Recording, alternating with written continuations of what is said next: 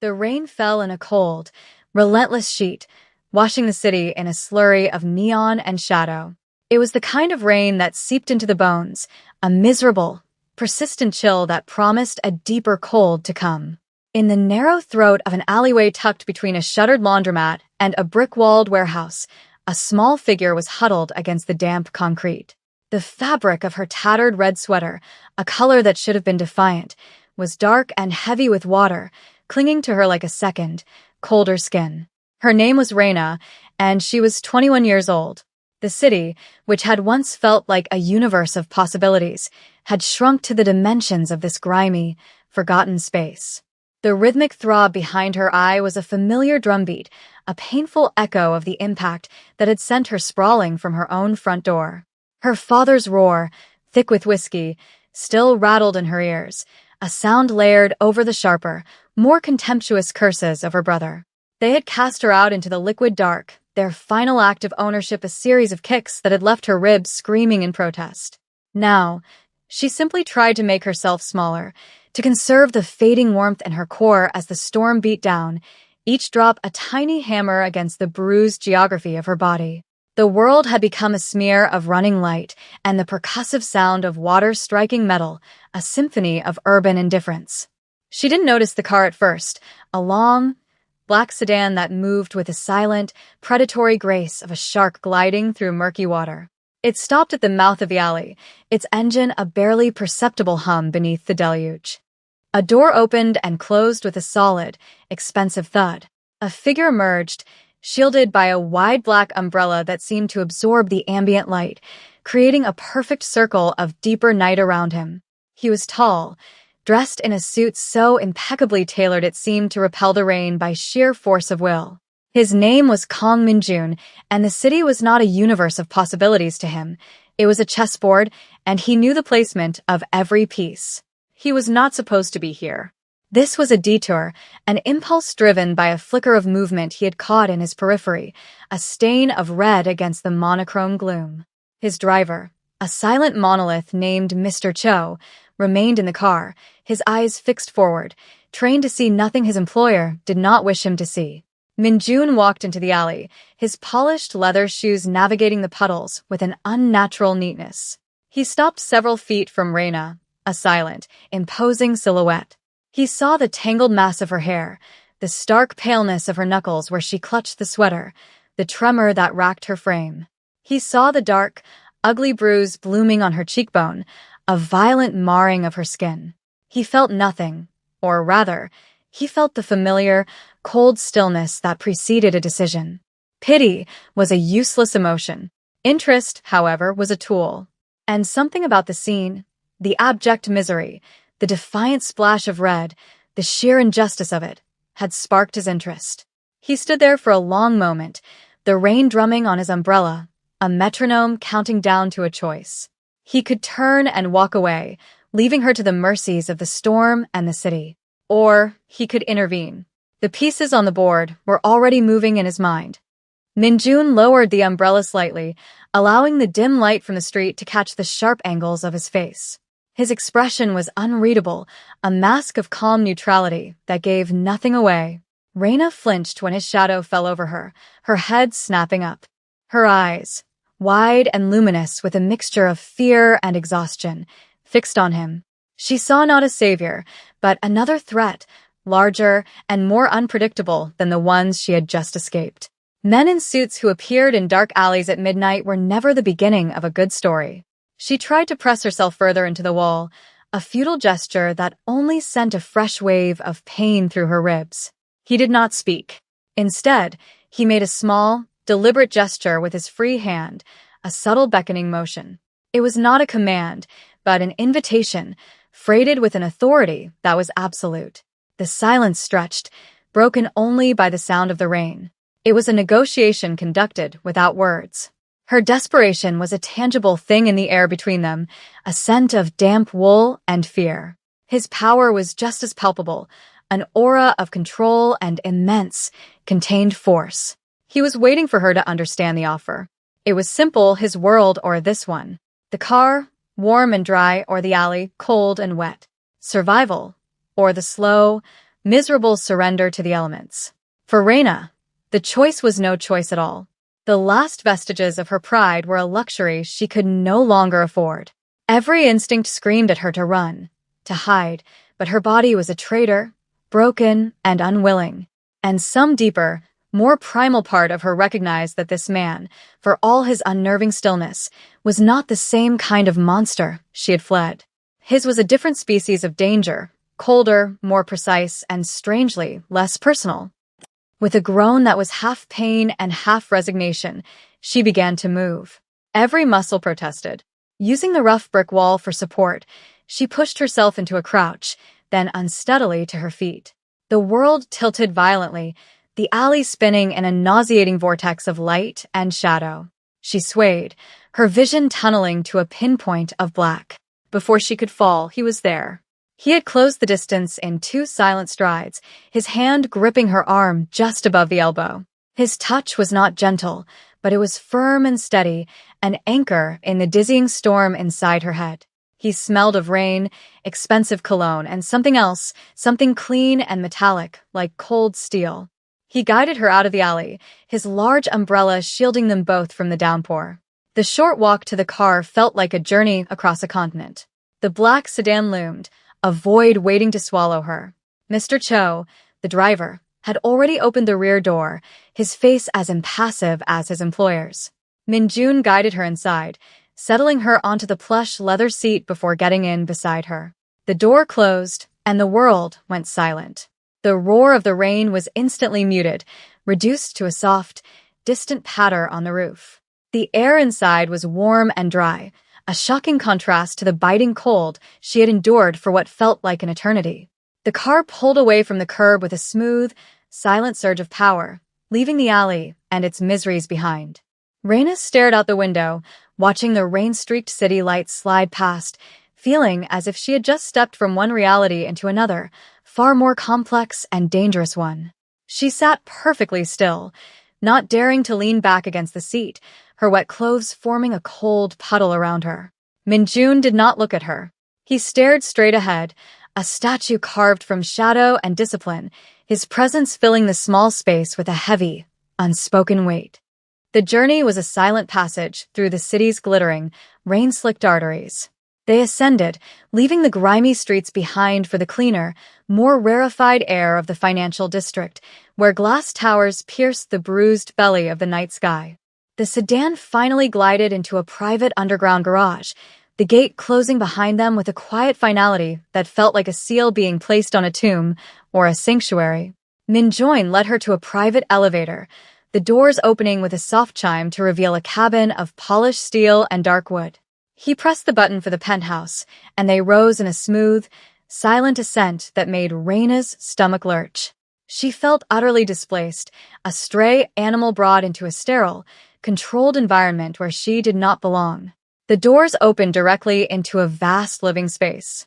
The apartment was a testament to minimalist wealth. Floor-to-ceiling windows revealed a panoramic, godlike view of the sprawling city below, a tapestry of light woven against the black fabric of the storm.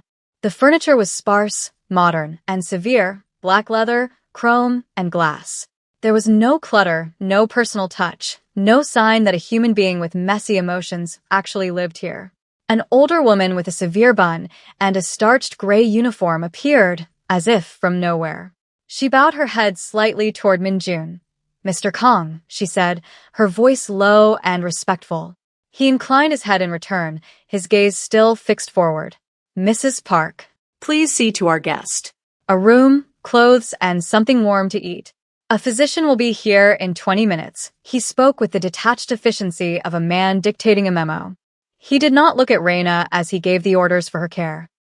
Mrs. Park's gaze fell upon Reina, and for a fleeting second, a flicker of something, pity, perhaps, or professional concern, crossed her otherwise impassive face.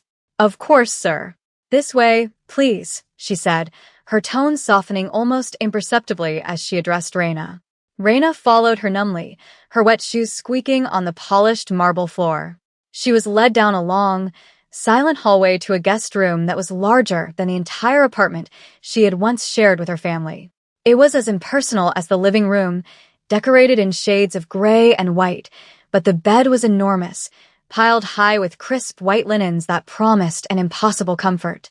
Clean, folded clothes were already laid out on a chair, a simple set of gray sweatpants and a soft black t-shirt. On a small table, a tray held a steaming bowl of soup and a glass of water. Mrs. Park gestured to the adjoining bathroom. "There is a shower. Please, make yourself comfortable." The doctor is discreet. With another small bow, she was gone, closing the door softly behind her. Left alone, Raina felt the full weight of the night crash down on her. She stood in the center of the silent, luxurious room, dripping onto the pristine rug, a piece of broken debris washed up on a foreign shore. She showered, the hot water stinging her bruises, but washing away the grime and the cold.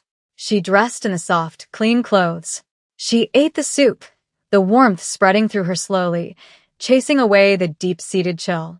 An hour later, a quiet, professional doctor examined her, speaking in low, reassuring tones as he cleaned a cut on her forehead and wrapped her ribs. He gave her something for the pain before departing as silently as he had arrived. Finally, she crawled under the covers of the vast bed. She did not sleep. She lay awake, listening to the muffled sound of the distant storm, her mind racing. She was safe, warm, and fed. But she was also a prisoner in this beautiful, sterile cage, owned by the silent, formidable man who had plucked her from the gutter for reasons she could not begin to fathom. The next morning, the storm had passed, leaving behind a sky washed clean and a city that sparkled under a pale, watery sun. Raina awoke to the unfamiliar sensation of being completely rested, the pain in her body dulled to a distant ache by the medication. She sat up, the fine cotton sheets pooling around her, and looked around the room. In the daylight, it felt less like a cage and more like a high-end hotel suite. A fresh set of clothes, simple black trousers, and a cream-colored cashmere sweater had been placed on the chair while she slept. She dressed slowly, the unfamiliar softness of the fabric a strange comfort against her skin. When she finally found the courage to leave the room, she found the apartment was silent. The vast living space was flooded with morning light, the city spread out below like a map. Minjun was standing by the window, a cup of tea in his hand, looking out at his domain. He was dressed not in a suit, but in simple dark trousers and a gray knit shirt that did little to conceal the disciplined strength of his frame. He did not turn as she approached, but she knew he was aware of her every step. "Mrs. Park has left breakfast for you on the island," he said, his voice calm and even. His reflection in the glass was a stern, unmoving portrait. She walked to the large marble island in the center of the kitchen area. A place had been set for her with a plate of fruit, toast, and a small pot of tea. She sat, but did not eat. The silence between them was heavy, a physical presence in the room. He had saved her, sheltered her, and had her wounds tended to. Now came the accounting. He finally turned from the window, his dark eyes fixing on her. There was no warmth in them, only a cool, analytical curiosity. He moved to the island and sat on a stool opposite her, placing his cup down with a soft click. The distance between them felt immense. He observed her for a long moment, taking in the clean clothes, the fading bruise on her cheek, the way she held herself with a tense, guarded stillness. He had 1,000 questions, but he asked only one, his voice low and direct. "Who did that to you?" It was not a question born of sympathy. It was a request for data, a piece of information required to complete a puzzle that had captured his attention. Raina's throat tightened. The words were lodged there, sharp and painful. To say them out loud would be to give them a reality she had always tried to deny, to contain within the four walls of that house. She looked down at her hands, resting on the cold marble. She could lie. She could invent a story about a mugging, a random act of violence by a stranger. It would be easier. It would keep her shielded. But looking at the man opposite her, at the unblinking intensity of his gaze, she knew a lie would be pointless. He would see through it instantly. More than that, a lie felt like a betrayal of the strange, terrifying lifeline he had thrown her. He had not offered pity, and so she would not ask for it. She would give him the truth, raw and ugly. She took a slow, shuddering breath and met his eyes. Her voice was barely a whisper, hoarse with unshed tears and remembered pain. My father and my brother. They did that. The words hung in the air, small and sharp and devastating. She watched his face, waiting for the flicker of disgust, of judgment. But it never came. Instead, something else happened. He gave a single, sharp nod, an acknowledgement of the data received. He did not say, "I'm sorry." He did not offer words of comfort. Such platitudes were meaningless. The statement, "My father and my brother did that," was not an appeal for sympathy. It was an indictment. And, in his world, indictments were followed by sentencing. He stood, his movements economical and precise. "Eat," he said. It was not a suggestion. He turned and walked down the hallway toward what she assumed was his office, leaving her alone with the untouched breakfast and the weight of her confession. The moment the door closed behind him, he was already in motion. He picked up a dedicated, encrypted phone from his desk, a device used for only one purpose: issuing directives. He dialed a single number. The man who answered on the first ring was named Jae-wha, his most trusted lieutenant, a man who translated Min-jun's cold intentions into brutally efficient action. "Sir." Jae-wha's voice was flat, professional. "Two individuals," Min-jun began, his tone devoid of any emotion. He gave Raina's full name, which he had already acquired from the briefest of searches the night before. Her father, Robert, and her brother, Thomas. "Find them. I want a complete profile. Financials, associates, habits, debts. Everything. I want to know every sordid detail of their lives for the past 10 years. I want to know where they drink, who they owe, and what they fear. Be discreet." "The girl is not to know." "Understood, sir," Jae-wha replied. "How long do I have?" 48 hours, Min-jun stated, before ending the call. He sat at his desk, the city spread out before him, but he wasn't seeing it. He was processing the information. The girl, Raina, was not merely a victim of random circumstance. She was the product of a specific, sustained cruelty, a systemic failure. In his rigidly ordered mind, this was an imbalance, a deep crack in the ledger of cause and effect. His intervention in the alley was no longer an impulse. It was now the first step in a calculated equation. He had removed the variable Raina from a toxic environment. The next step was to address the environment itself. His reasons were not altruistic. He was not a hero, and he had no illusions about his own nature. He dealt in power, in control, in the quiet, ruthless application of force to achieve a desired outcome. The father and brother were a nuisance, a piece of ugly, chaotic grit in the otherwise smooth machinery of the world he inhabited. And their actions had, by chance, intersected with his path. That was their mistake.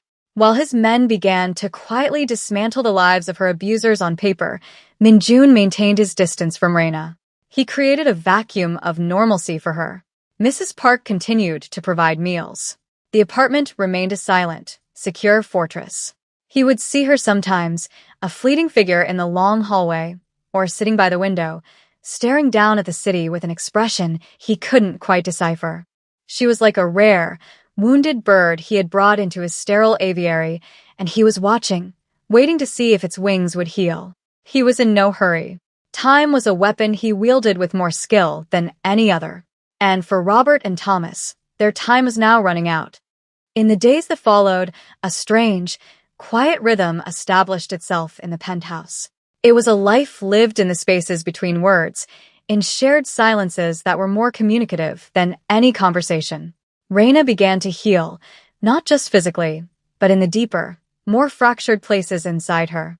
The constant, thrumming anxiety that had been her lifelong companion began to recede, replaced by a tentative calm. The absence of shouting, of slammed doors, of the sour smell of stale beer, was a balm. She found herself observing Min-jun, studying him as if he were a complex piece of art. He was a man of intense discipline. He rose before the sun, his mornings dedicated to a rigorous routine of exercise and meditation she could sometimes hear as a soft thudding or a profound stillness from the other end of the apartment. He spent his days in his office, a room she never entered, the silent heart of his unseen empire. In the evenings, they would often eat together at the large dining table, a vast expanse of polished wood separating them. The meals, prepared by Mrs. Park before she departed for the night, were always exquisite and served in perfect silence. At first, it was unnerving, but Raina soon realized the silence was not empty. It was a space of mutual observation. She watched the way he held his chopsticks, the focused intensity with which he ate, as if every action were a deliberate, meaningful choice. He, in turn, would watch her, his gaze analytical, assessing her state, her recovery, the slow return of color to her face. She was no longer just the broken thing from the alley. She was becoming a person again, and he was cataloging the changes. One evening, while he was in his office, she allowed her curiosity to lead her into the main living area.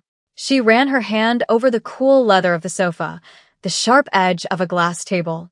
The space was his personality made manifest, controlled, precise, and emotionally barren. But then she saw it.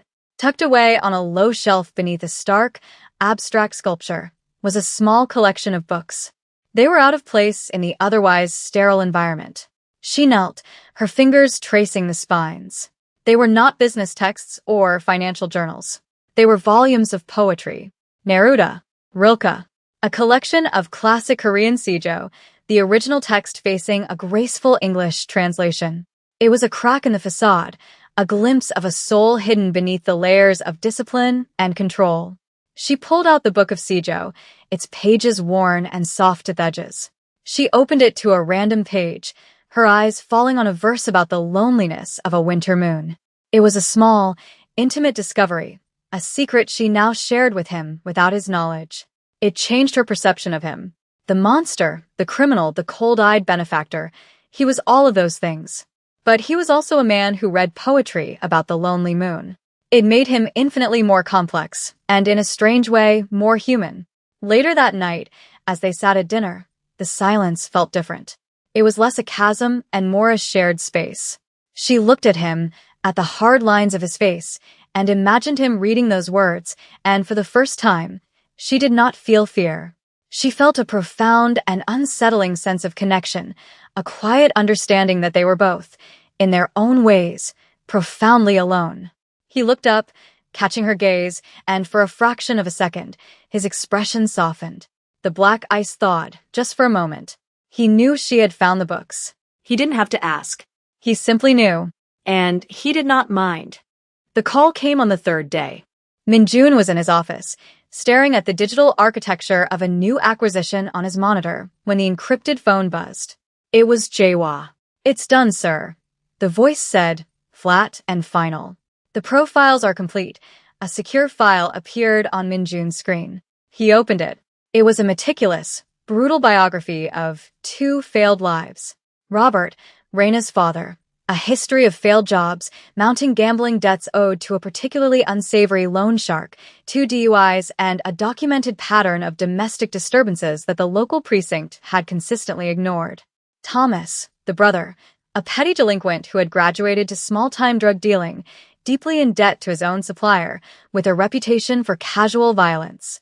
The report was a litany of weakness, cruelty, and pathetic rage. It was uglier than Minjun had anticipated. He read through the associates, the habits, the fears. Robert was terrified of the loan shark he owed. Thomas was terrified of his supplier. Their entire existence was a fragile construct of blustering anger built upon a foundation of fear. They projected their weakness onto the only person they could, Raina. Minjun closed the file. The equation was now complete. He knew the variables, the pressures, the breaking points. He knew exactly which levers to pull. He made 2 more calls, his instructions delivered in the same calm, dispassionate tone. The first was to the loan shark's superior, a man with whom Minjun had a long-standing, if cold, business arrangement. The second was to the leader of the syndicate that supplied Thomas. The conversations were brief, polite, and utterly chilling. He was not making threats. He was calling in markers, adjusting balances, and subtly shifting pressures. He explained in abstract terms that 2 minor liabilities, Robert and Thomas, had become an inconvenience. He made it clear that their continued existence in their current state was no longer acceptable. He suggested that the debts they owed should be called in immediately and with prejudice. He did not specify the method. He did not need to. In his world, such things were understood.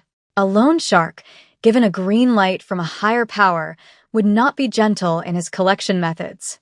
A drug syndicate, told one of its dealers was now a sanctioned target, would be ruthlessly efficient in making an example of him. He was not ordering their deaths. He was simply removing the thin veil of civility that had, until now, protected them. He was exposing them to the natural consequences of their own wretched lives, consequences that had been accelerated by his influence. After the calls were made, he deleted the file and shut down the terminal. He stood and walked back to the window, looking down at the city lights. Down there, in the grimy, forgotten corners of his kingdom, two small, violent men were about to discover that the world was a much colder and more unforgiving place than they had ever imagined. A debt was being paid. An imbalance was being corrected. He felt no satisfaction, no pleasure. He felt only the quiet, clean feeling of a ledger being balanced. When he joined Reina for dinner that evening, his demeanor was unchanged. He was as silent and controlled as ever. But Reina, who had grown attuned to the subtle currents of his presence, felt something different. There was a finality in the air, a sense of something having been concluded. He met her gaze across the table, and she saw it in his eyes, the calm after a distant, silent storm. He said nothing of what he had done. He simply asked, "Is the soup to your liking?" It was his way of closing the chapter, of turning the page. The past had been dealt with. Now, all that mattered was the future. A week passed. It was a week of profound and unnerving peace. Reina's bruises faded to pale yellow ghosts, and the ache in her ribs subsided. She moved through the penthouse with a growing sense of familiarity, the sterile luxury no longer feeling so alien. Yet, a quiet tension hummed beneath the surface. She knew, with a certainty that settled deep in her bones, that something had happened. She hadn't heard from her family, but that was not unusual. What was unusual was the complete and utter silence. No angry voicemails, no threatening texts. Nothing. It was a silence so absolute it felt like an ending. One evening, she found the courage to breach the unspoken contract between them. Minjun was reading in the living area, not one of the poetry books, but a dense financial report. The lamplight carved his face into sharp planes of light and shadow. Reina stood before him, her hands clasped together to stop them from trembling. He looked up, his eyes patient, waiting. "What did you do?" she asked, her voice quiet but clear. It was not an accusation. It was a search for truth, a need to understand the nature of the debt she now owed. He did not feign ignorance. He placed a thin bookmark in his report and closed it, setting it aside. He looked at her, truly looked at her, for the first time not as a victim or a project, but as an equal in this strange transaction. "I corrected an imbalance," he said, his voice a low murmur. The words were simple, yet they carried an immense weight. They were both a confession and a deflection. "What does that mean?" she pressed, needing more. She deserved more. He considered her for a moment, deciding what currency of truth she could handle. "Your father's creditors became insistent. As did your brother's business partners," he explained, his language clinical and detached. "They were weak men who built their lives on the fear of others. I simply introduced them to men who are much stronger and much less forgiving. They are no longer your concern." The implication was clear, and a cold dread washed over Reina, followed by a wave of something she could not name.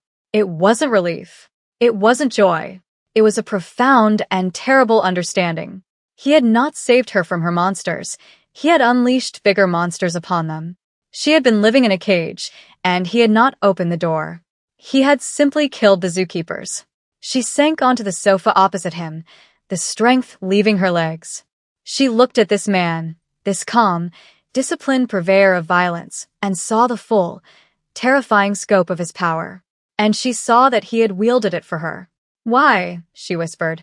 It was the only question left. "Why would you do that for me?" Minjun leaned forward slightly, his dark eyes holding hers. "You showed me your weakness," he said, his voice dropping to an almost intimate level. "But you did not try to hide it. You did not lie. You gave me the truth, even when you were terrified. That is a rare currency. It deserved a return on investment." In that moment, the power dynamic between them shifted irrevocably. She was no longer just the recipient of his charity. She was a catalyst. Her simple, painful honesty had set in motion the gears of his world. She was complicit, bound to him not by gratitude, but by a shared, dark act. He saw her resilience, her quiet strength, and he respected it more than any plea for help. She was no longer a wounded bird. She was a person who understood the cost of things. He let the weight of his explanation settle in the quiet room. He watched her process the information, the conflict warring in her eyes, the horror of his methods against the undeniable fact of her freedom. He had not offered her simple justice. He had given her a far more complicated and binding gift. He had given her a clean slate, written in the ink of other people's ruin.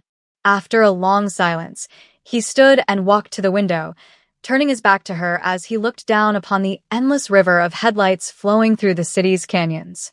The moment of confrontation was over. Now came the proposition. "You have two choices," he said, his voice reflecting off the vast pane of glass. "The first is this. I will give you a substantial amount of money. Enough to start a new life anywhere you wish. A new name, a new identity. You can walk out that door and never see me again. The past will be erased.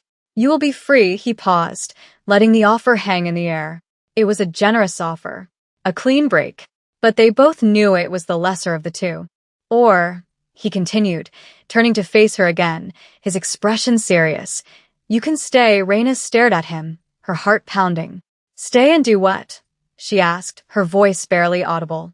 "This apartment, this life, it's not mine." "It could be," he countered. "I have many business interests. Some are less public than others, but many are legitimate. Art galleries, restaurants, real estate holdings. They require oversight. They require a mind that is sharp, observant, and understands the value of truth." He took a step closer. "I have seen you watch the city. I have seen you study the people in it. You see things others miss. You have a resilience I have rarely encountered. That is a talent. I do not like to see talent wasted." It was not a declaration of love. It was not a romantic proposal. It was a job offer. It was an invitation to become a piece on his chessboard, not a pawn, but something more. A queen, perhaps. Powerful, but still bound to the rules of his game. He was offering her a purpose, a place in his world, built on the foundation of the terrible thing he had done for her. He was offering her power.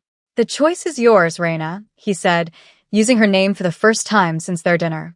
"A simple life, or a complicated one."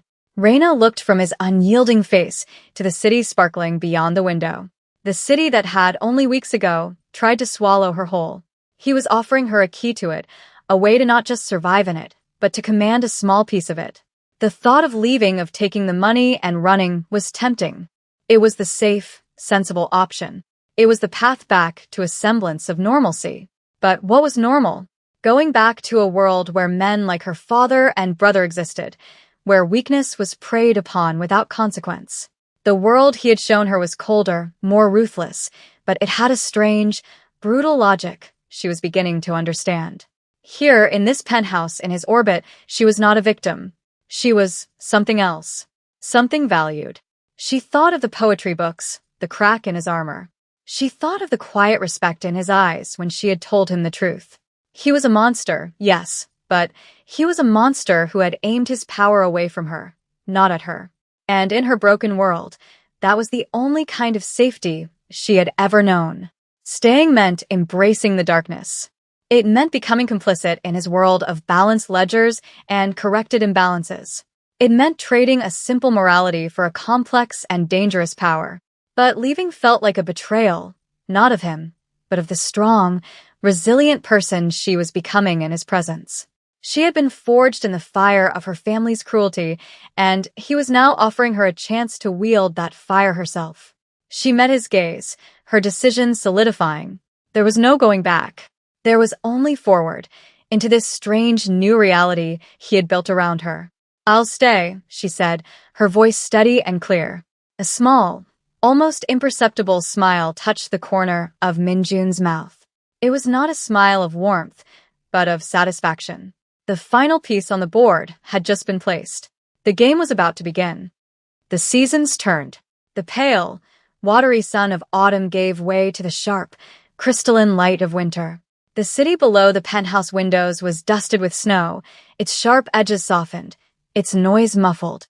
A quiet permanence had settled into the vast apartment, a shared existence that moved with the silent, synchronized grace of two celestial bodies locked in a slow, deliberate orbit. Reina was no longer a guest. She was a fixture, a presence that had subtly reshaped the sterile environment. A vase of fresh flowers now sat on the living room table. A book she was reading lay open on the arm of the sofa. Small, human touches in Minjun's ascetic world. He had been true to his word. He began to teach her, not with lectures, but through inclusion. She started by reviewing financial reports for one of his smaller, legitimate restaurants, her sharp eyes picking out discrepancies a seasoned accountant had missed. Minjun had simply nodded, a silent acknowledgement of her talent. Soon, she was managing the accounts for a boutique art gallery he owned in a fashionable district, a place that dealt in beautiful objects and quiet, high-stakes transactions. She learned the language of his world, the nuances of leverage, the importance of information, the art of the unspoken threat. She excelled. Her past had given her a unique ability to read people, to see the desperation or deceit behind their eyes. She was not corrupted by this new power. She simply learned to wield it with the same cool precision as her mentor. Their relationship remained undefined, a space of profound intimacy that existed outside the normal lexicon of love or romance. It was in the way he would leave a file on her desk with a single, underlined passage he wanted her to see. It was in the way she would make him a cup of the specific tea she knew he preferred when he worked late into the night.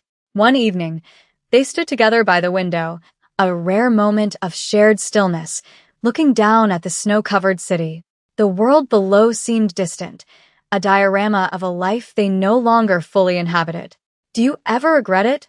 she asked softly, not needing to specify what she meant. He did not turn to look at her. His gaze remained fixed on the horizon. "Regret is a luxury," he said, his voice a low rumble. "It implies that a different choice would have yielded a better outcome." There was no better outcome, she understood. In their world, forged in violence and necessity, there was no room for second thoughts. There was only the cold, hard calculus of survival and advancement. He had saved her, and in doing so, he had bound her to him. She had accepted, and in doing so, she had found not just safety, but a strange and potent sense of self. They were two solitary, damaged souls who had found in each other a mirror, a partner, an anchor in a world that had tried to break them both. The future remained an unwritten page, a landscape of veiled threats and complex maneuvers. But as she stood beside him, the warmth of the apartment a shield against the winter cold, Reina no longer felt afraid. She felt ready. They were a team, a quiet alliance of two, and together, they were strong enough to face whatever storm the city chose to throw at them next.